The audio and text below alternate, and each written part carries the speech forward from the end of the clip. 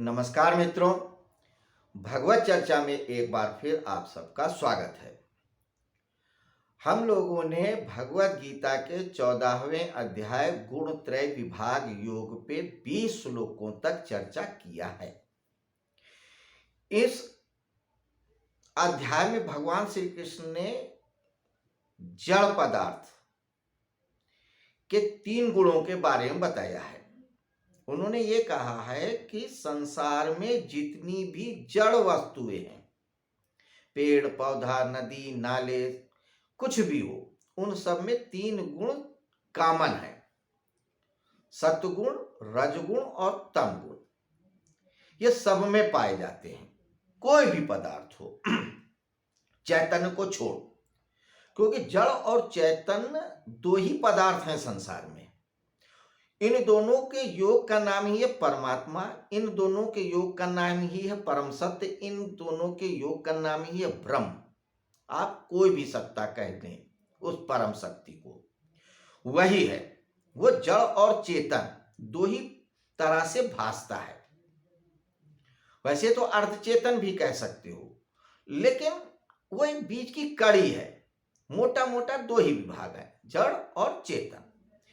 तो चेतन के जो गुण हैं उन पे भी हमने चर्चा किया पिछले अध्यायों में भी। चेतन निसंग है, किसी का संग नहीं करता है, इसलिए उसको निसंग कहते हैं। जुड़ता ही नहीं, सर्वव्यापी है, सूक्ष्मतम है, चैतन्य स्वरूपा है। जड़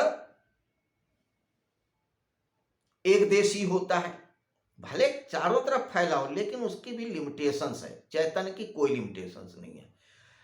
दूसरा, उसके अंदर संग दोष होता है, जिसके साथ होता है उसका जैसा हो जाता है या उसमें परिवर्तनशील होता है, इसीलिए प्रकृति को परिवर्तनशीला भी कहते हैं। प्रकृति यानी परिवर्तन, जिसमें परिवर्तन हो वही प्रकृति है, और जिसमें परिवर्तन ना हो वही परमात्मा है या आत्मा है। तो जिसमें परिवर्तन हो सकता है और होता है वही प्रकृति है, वही जड़ है। जिसमें कोई परिवर्तन ना हो, जो जैसा था वैसा है और वैसा ही रहेगा, चैतन्य स्वरूप, वही चैतन्य है, वही आत्मा है, वही परमात्मा है। बंधते क्यों है, इस पे भी चर्चा हुआ कि जब जड़ और चेतन जो हमेशा है एक साथ ही, लेकिन सत्ता अलग अलग सी रहती है, तो जड़ और चेतन जब एक दूसरे से मिलते हैं तो क्रिया होती है। ये क्रिया सत, रज और तम की वजह से होती है, और उससे एक सृजन होता है। जो सृजन होता है तो जड़ के अंदर चेतना नहीं है, चेतन के अंदर जानने की क्षमता है, तो ये सोचता है कि ये सृजन मेरा है, और ये जो मेरा है यही अहंकार है, यही बांधता है, यही बंधन है। इसी की वजह से जन्म है, इसी की वजह से मृत्यु है, इसी की वजह से सुख है, इसी की वजह से दुख है, इसी की वजह से अच्छा है और बुरा है। तो कृष्ण भगवान यही कह रहे हैं अर्जुन से कि जब तू इस सत रज तम 3 गुणों के पार हो जाएगा तो तू मेरा ही स्वरूप हो जाएगा। 19वें श्लोक में क्या कहा कि तू मेरा ही स्वरूप हो जाएगा, या जो इन तीनों गुणों के पार हो जाता है वो परमात्मा स्वरूप हो जाता है। फिर 20वें श्लोक में क्या कहते हैं, जो इन तीनों गुणों के पार चला जाता है वह जन्म मृत्यु और अज्ञान सुख दुख के पार चला जाता है। तो अल्टीमेट यही है कि जो झगड़े की जड़ है, समस्याओं की जड़ है, वो सत रज तम 3 गुण है। इनके ही पार जाना है, और इनके पार जानने का एक ही तरीका है कि जान लेना कि ये जड़ हमारा नहीं है, ये मेरा स्वरूप नहीं है। असली स्वरूप क्या है, चेतन। हम चैतन्य हैं, निसंग हैं, सर्वव्यापी हैं, सर्वज्ञ हैं। जड़ से हम तो जबरदस्ती बंधे हुए हैं। जैसे कोई व्यक्ति अपने आप को हथकड़ी में बांध ले और कहे मैं बंधा हूं, तो लोग क्या कहेंगे, मूर्खता। वैसे ही हम लोगों ने अपने आप को प्रकृति से बांध रखा है, प्रकृति ने नहीं बांधा रखा, हम खुद ही बंधे हैं और यह सोचते हैं कि हम बंधे हुए हैं। तो इसीलिए सांख्य दर्शन जो ज्ञान की बात है अल्टीमेट, वो यही है कि सत्य को सत्य जान लेना, असत्य को असत्य जान लेना, यही मुक्ति है। जान लेना ही बस पर्याप्त है और कुछ नहीं। लेकिन हम लोग जानना ही नहीं चाहते। इसीलिए भगवान श्री कृष्ण ने सबसे पहले ज्ञान की बात कही, सांख्य की।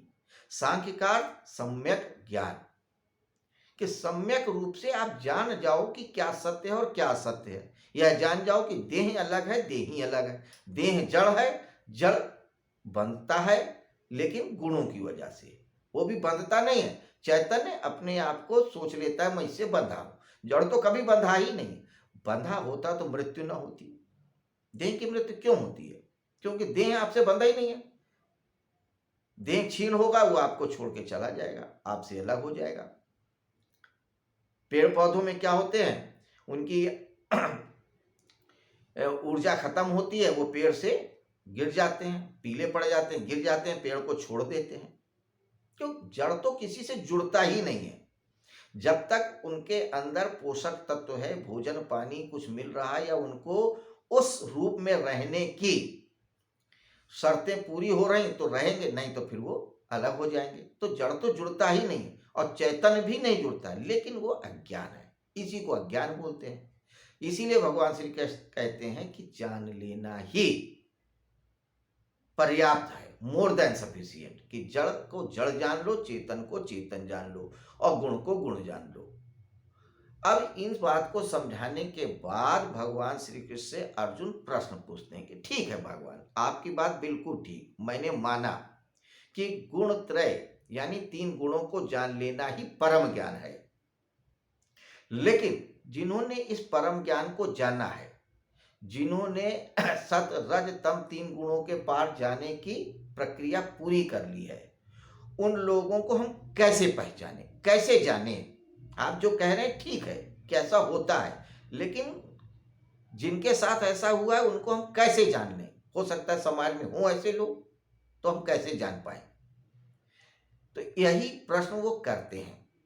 जैसे ही उन्होंने दूसरे अध्याय में कहा था कि स्थित प्रज्ञ कैसे चलता है, कैसे बोलता है, कैसे उठता है, स्थित प्रज्ञ की चिन्हानी या उसकी परिभाषा पूछी थी।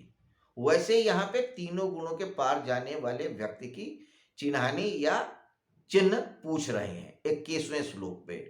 तो आइए 21वें श्लोक को हम देखते हैं, वो क्या कहते हैं अर्जुन।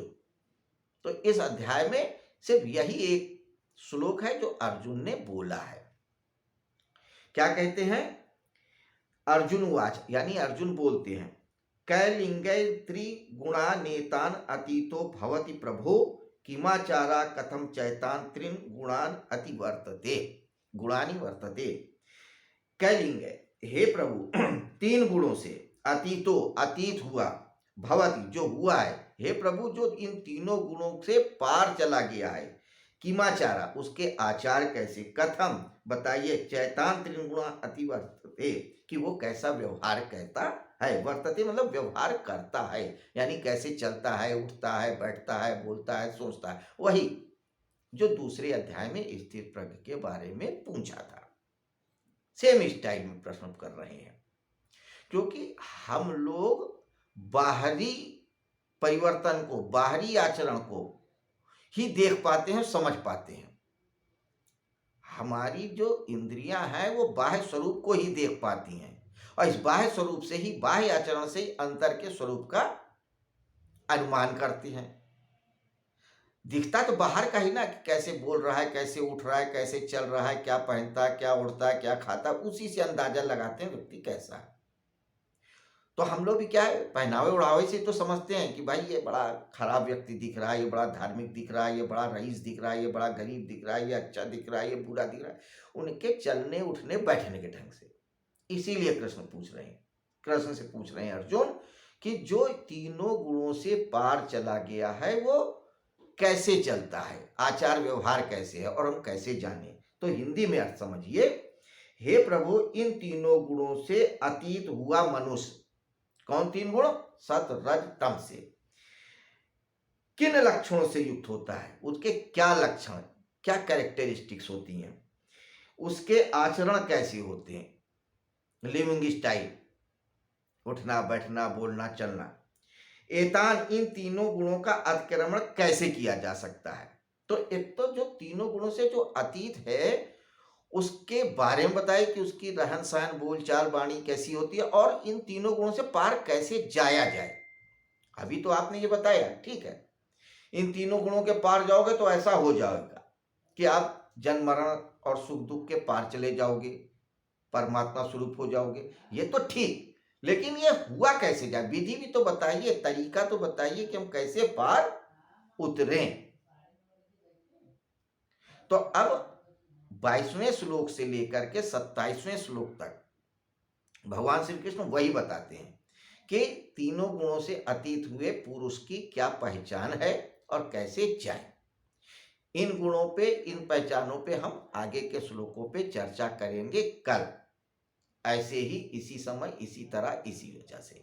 तो नमस्कार मित्रों, आज की चर्चा को यहीं विराम देते हैं। कल फिर मिलेंगे इसी तरह से आगे के श्लोकों पर चर्चा करते हुए। शुभ रात्रि, नमस्कार।